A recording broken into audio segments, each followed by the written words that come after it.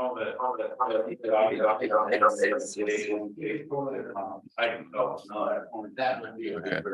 right, it's 9 o'clock. I'll call the meeting of the Codington County Commissioners to order. And Commissioner Waterman, would you start us off with the Pledge of Allegiance? I pledge allegiance to the flag of the United States of America and to the republic for which it stands, one nation, under God, indivisible, liberty and justice for all.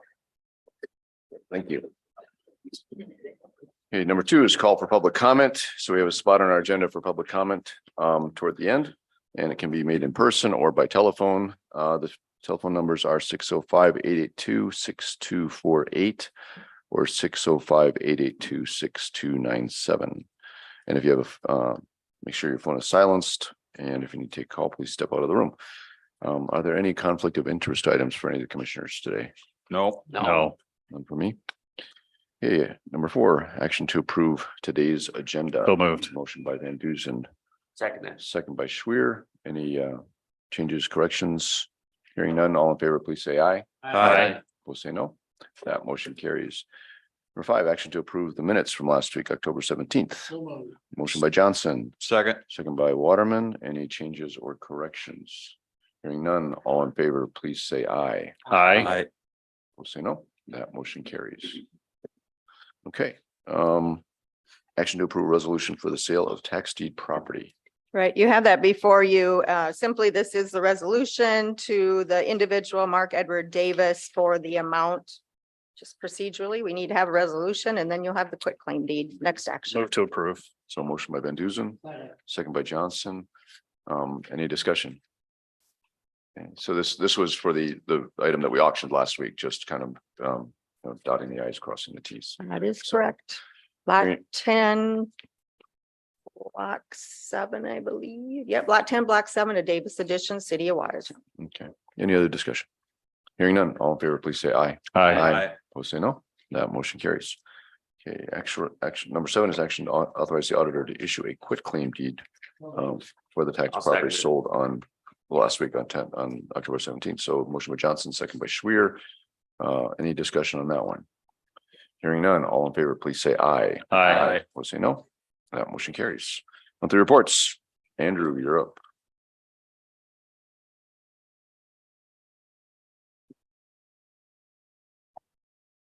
Morning. Good morning. Last month has been mostly uneventful, which is probably not a bad thing. Things are moving along with our FEMA project. Last month, it's just been answering a couple questions here and there, verifying grid coordinates and just some small things. Last I heard, it was through costing and scoping, and I believe it was also through environmental and historic preservation. So things are moving along with that. Sign things when they tell me to, and yeah, that process just keeps plugging along. Brad Richardson with Foundation for Medical Care came and did a pod inventory. So for the point of dispensing, just to see all of the things that we've had, or that we have the supplies. I guess Foundation for Medical Care is contracted with DOH for the time being to try to help kind of breathe a little bit of new life into the pods, and just try to keep those going. It sounds like there were a lot of places around the state where some of the emphasis on that kind of fell off after COVID. So that's from the Department of Health. That's an initiative. correct, yeah. They work closely with emergency managers to have the pods stood up. So Okay. Snowmobiles and four-wheelers, did services on those for search and rescue. There's just a headlight issue with the snowmobiles, and just got those knocked out, I guess. And then Jonathan Islodic with the state came and we did the state shelter inventory.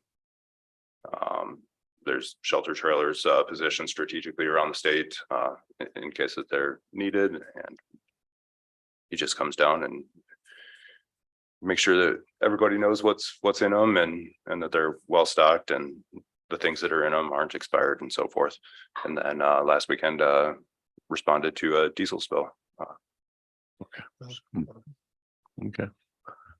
And I'm guessing you don't have to take the burn ban. Oh, so number 13, we probably don't need to worry about number 13. Yeah, I think I'm probably gonna request moving that for Okay. the remainder of the year. Or Okay. take that off the agenda. Okay. All right. So that, Good with that. we're referring to the kind of the placeholder item we always leave on the agenda for possible burn ban, but it looks like. All right. All right. Any other questions of Andrew? All right. Thank you, Andrew. Thank Appreciate you. it. Thanks. Yeah. Okay, number 9, action to approve computer equipment purchases for the treasurer's office. Correct. So you have that information.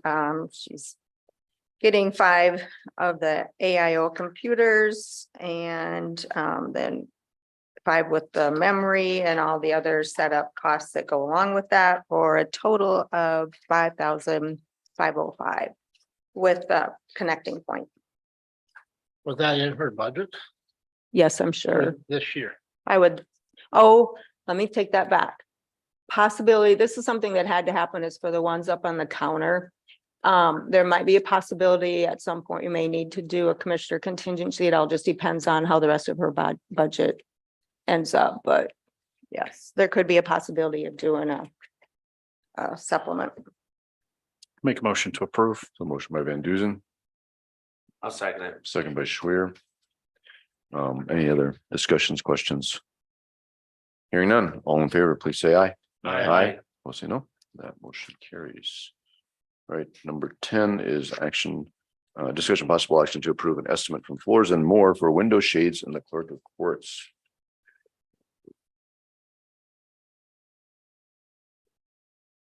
Hello, what I'm presenting to you is some window shades. These are blackout shades for the clerk of courts. Currently, right now, the shades that are in there only shade out so much. And with the south windows, they create such a heat deal, plus the security reasons along that back wall. And so that are a little concerned, so. Okay. So.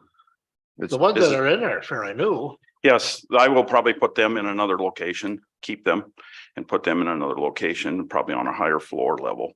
And so that if anybody needs one. Are they like these? here? No, they are actually drawdown shades. Okay. Yep, They're newer. they're newer. Yeah. Yep. But these here will black out, so create it for ground level for security reasons. Is there a motion? Budgeted. Budgeted, yep. So moved. So motion by Waterman. Is there a second? I'll second it. Second by Schwer. All right. Any other discussion, questions for Steve? Hearing none, all in favor, please say aye. Aye. Say no. All right, That motion thank you. carries. I will update you and so that, tomorrow, they're gonna start tree spading out at the park, so Oh, good. Okay. Should be soft for them. it should be a little bit more softer. Yeah. Yep. All right, thanks, Steve.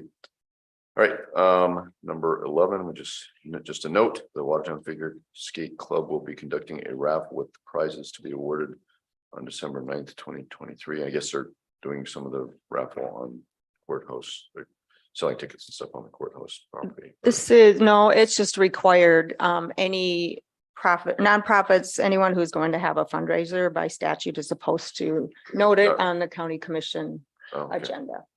That's why like we had the Waverly South Shore football raffle, just different things like that. Okay, just anywhere, Yep. somewhere in the county. Okay. Yep. All right. Is that including the city of Watertown? I think they need to do both if they are, kind of doing both places from what I've learned through this last thing that, yes, I believe they should probably note it also there because if they sell any tickets outside of the city, then they would need to note it. It's probably kind of an old law, I'm guessing. I don't know. Yeah. It's kind of interesting. Well, I'm just wondering because I'm sure that there's a lot of raffles that take place that we're not made aware of. Yes, absolutely. It's just kind of one of those. And there's something it was brought to our attention just a few years ago. So Yeah. up till then, we had no idea that this was something they were even supposed to do. So it's something everyone's learning, I guess, as they go, that So it needs to be. And it has to be a month before the event actually But too. you have to be some kind of a like a nonprofit or some kind of, have some kind of organizational paperwork and stuff. Yeah, because look at the churches, they have all their Yeah, bazaars and none of that's noted. So I need to take a look at that statute and just see, Yeah. because Yeah. where do you start and stop? So Right. Becky can help us with so that. somewhere in the county, Yep, a raffle takes place. All right, so anyway, there you go. just Okay, to and be then- safe, maybe do it. Right. Yeah, yeah, let us know. Okay, so, and then, we have November, so we do have, we're not meeting next week, but also number 12 is to note the November office closures, Joanna. Correct. So we have several, and according to our policy, whatever the state does, and the governor did send out a letter already to everyone. And so, obviously we'll have Veterans Day. That's a normal one. It is Friday, November 10th. So we will be closed. Or it's the 11th. We'll be closed on that Friday, November 10th. And the second one then is Thanksgiving Day, which is Thursday, November 23rd, and then the day after, Friday, November 24th. So the courthouse and all county offices will be closed those dates. And the governor has already noted that she is authorizing Tuesday, December 26th also, which is Christmas is on Monday, so she's authorizing that Tuesday also. So those are the It's good to know. up and coming holiday closures. All right, thank you. Yes, you're All right, so welcome. we got 13 done, or we didn't take Yep. action on 13. Number 14, action. to No approve abatements, No and abatements. no claims. No claims. I do have an automatic budget supplement though, and that is that $1,000 will be put back into the commissioner's budget for those LACT funds that you authorized to pay to NACO. So then we will take that out and then take it out of the commissioners, and then we'll budget supplement that back in with those funds. So I'll make a motion to approve that action. So, motion by Van Duzen, Second. second by Swear. Any questions on that one? So it's just getting the money in the right Yep. place in the budget, so. All right, We'll pay it at years and then supplement it back Yeah. since it wasn't a budget item. hearing none, all in favor, please say aye. Aye. Opposed, say no. That motion carries. Personnel changes. Yes, we have one of those for Angelica Liederbrand Anderson. Her effective date will be November 1st, 2023, the public health assistant in the WIC department. She'll start at a step 1. This would be a new hire at $20.66 an hour. Move to approve. Motion by Johnson, Second. second by Waterman. Any discussion? Hearing none, all in favor, please say aye. Aye. Say no. That motion carries. All right, Travel and requests. yeah, travel requests. We have one from the welfare department to go to a meeting. And hours can be flexed, and any of the other costs they are listed for you. Move to approve. Second. Johnson, second by Van Duzen. Any discussion? Hearing none, all in favor, please say aye. Aye. Opposed, say no. That motion carries. Public notices, possible quorum of commissioners. We got a couple listed there. One is the Commissioners Association meeting. So that's we'll have a meeting between now and then, but so that's the 8th or 2 meetings, right? That's the 8th of no, just one meeting of the November in Clear Lake, and the business banquet on the 30th. Anything else coming up? On November 6th. It's a Sunday 4-H recognition. I know in the past, Charlie and Brenda and I usually are there, but November. November 6th, it's a Sunday afternoon at 2:00. I know that I'll be there. I don't know if I'll be Charlie will. there. All right, so likely, sounds like a likely quorum there. So that's December, November 6th at 2:00 at the Extension Building. Okay, anything else? Okay, any old business? Any new business? Anything for the open? I think we do have some folks here that would like to make some public comments. So please come on up and say who you are and maybe take about Good morning, 5 I'm Rita minutes. Brownlee, And Stacy Center. and we're here on behalf of the landowners again against eminent domain and the CO2 pipeline, just kind of keeping you informed. We're aware that Summit Carbon has dropped all the condemnation and the eminent domain lawsuits as of now, although I haven't got my formal announcement of that yet, but I did get a note from the lawyer. well, there is always that possibility that they're going to reapply. We are aware that the Summit Carbon rep approached you guys, I believe at your last meeting, and offered you their so-called grant money. I guess I'm feeling like if they said there's no safety issues and all of a sudden they're throwing money out for, emergency management and other issues like that. And I'm going to say the word, it's clear to me, it looks like a bribe, but that's the way it is. I think they think now that they can start putting money out, and getting people to change their minds because their original scare tactics didn't work very well. So we feel like right now it's really important for the commission to do those setbacks. She just recently got a note or saw something on the. What they said, Summit said that they plan to reapply once they can abide by the county ordinances that were set for the setbacks. So that is their plan to reapply. So I think that's why it's important to discuss setback ordinances now so they can be set in place when that time comes. And the ethanol plant is so close to myself and the city and residents and everything. So that's why I think we need to really consider the ordinances being reset because there's not a lot of space for them to go any direction there. Navigator, the other one who was going through several areas like Minnehaha and on up into Illinois, they have totally dropped out of the picture. So what my lawyer just informed me yesterday was he feels like they're going to buy out Navigator's easements so that they can continue and make it a longer one, pick up more ethanol plants in Iowa and Nebraska, and then on through South Dakota and possibly into Illinois or North Dakota, whatever happens on those ends. I'm sure there'll be a lot more discussions and a lot more meetings. They have discussed that. There was an article that they have decided to possibly engage with those ethanol plants there to take them now that Navigator has stopped theirs.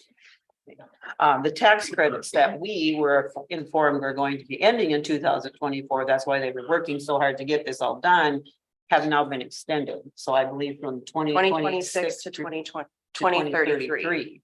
So they've got a lot of space in there to work. So they definitely want to be in the picture, putting these pipelines in by 2026. So there's some time to work on those setbacks, but it needs to, it needs to be started because I'm sure it makes things a lot of discussion. I think they said they'll reapply within a year. That's what their plan is, according to those. And, thankfully, the PUC saw the problems that they had, saw the things that they didn't, make clear, or the people's land that they were stepping onto illegally and stuff. And I was just hoping that this commission can do the same thing to really review everything and really watch what's going on. And no matter where they go from the ethanol plant, they're going to impact somebody somewhere. So, and it's still as dangerous as it ever was. And we really don't want anything in a negative way. So just wanted to keep you updated on what's happening, and something further, I will let you know, and feel free to call me anytime if you got a question too, because I'm trying to stay on top of everything for everybody. Okay. All right. Thank you, Rita. Great. I appreciate you letting me do this. Thank you. Thanks. Thank you. Thank you. Okay, and if there's any other public comment, any commissioner comments? I just have a meeting in Sioux Falls tomorrow, county meeting, so I'll be going to that. County meeting. Okay, sounds important. Well, okay, yeah. Yeah, just. It is important, otherwise I wouldn't be going.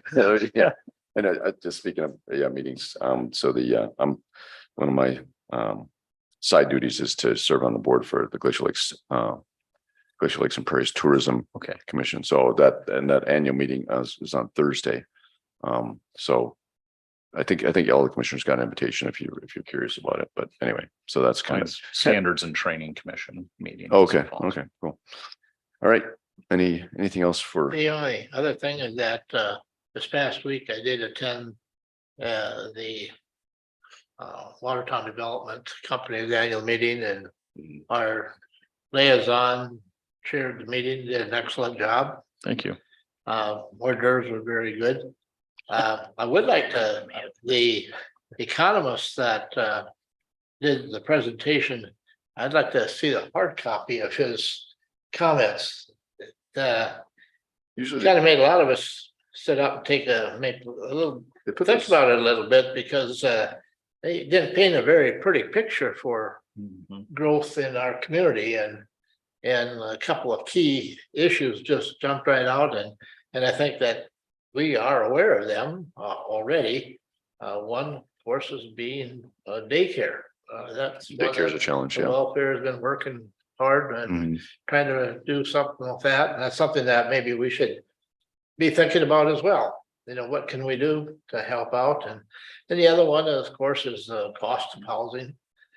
The interesting part that I thought was, help me out, Troy, and he said, normally a young couple's before tax income, you should spend 40% on housing and 30% on daycare.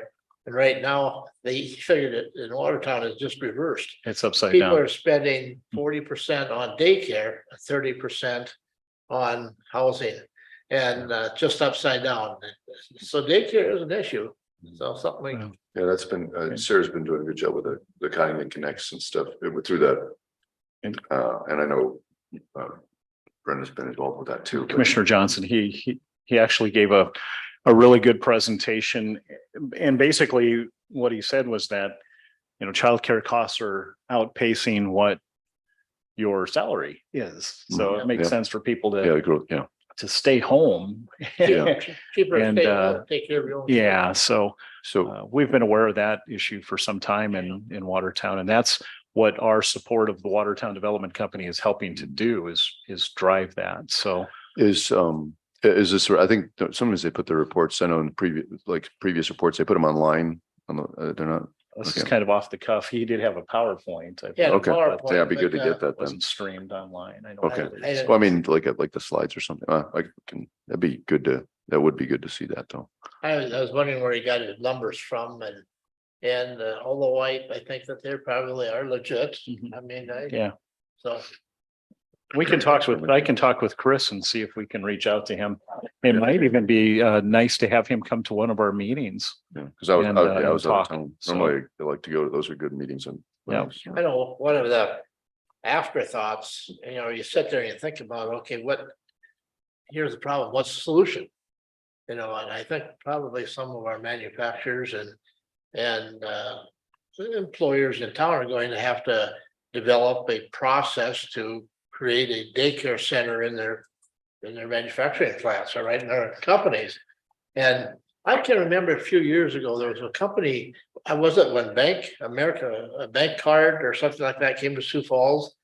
I know I was down there with a group and we toured it and they really emphasized the fact that they had daycare right in-house Mhm. for their people and they also had like a gym for, you know, health for their employees, you know, to work out during lunch hour and so on and so forth. Did a lot of that type of work. Now, I've never followed up to find out how that turned out or whatever, but you know, it's I guess I suppose everybody's worried about the bottom line, so. Well, in the climate today for hiring workers, more workers are paying attention to the benefits. Yep.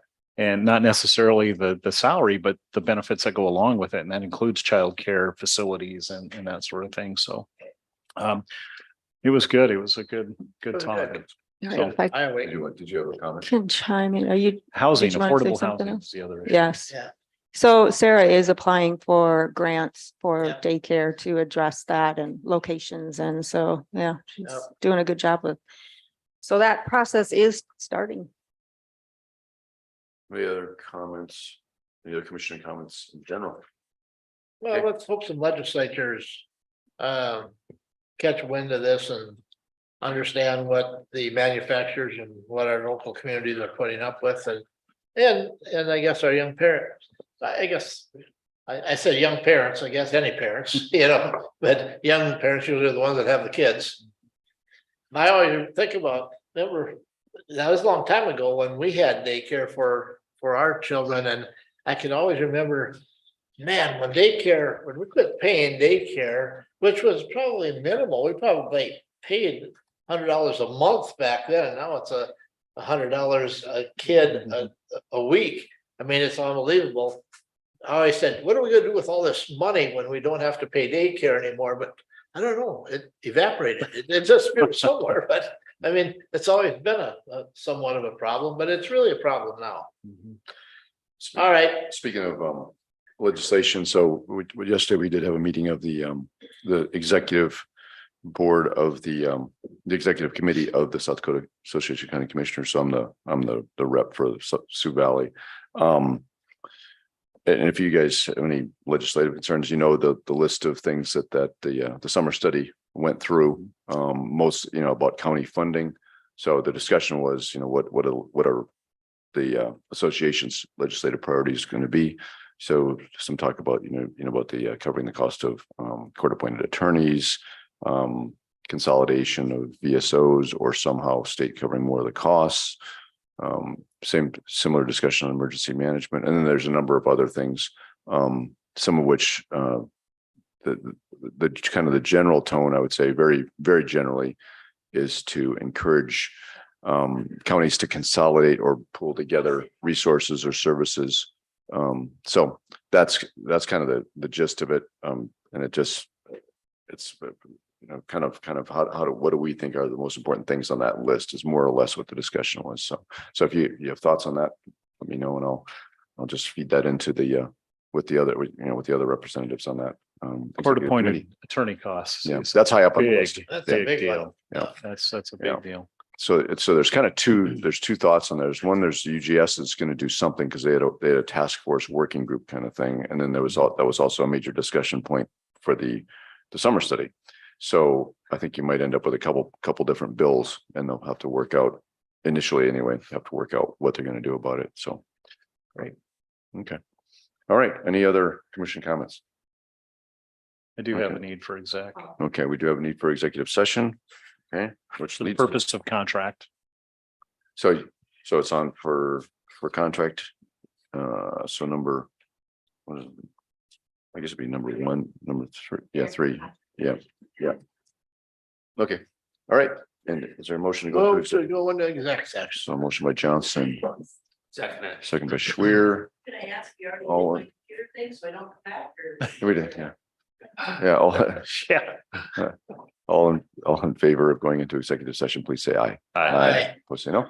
Okay, that motion carries. And we are in executive session. Johnson. Cool, if you'd like.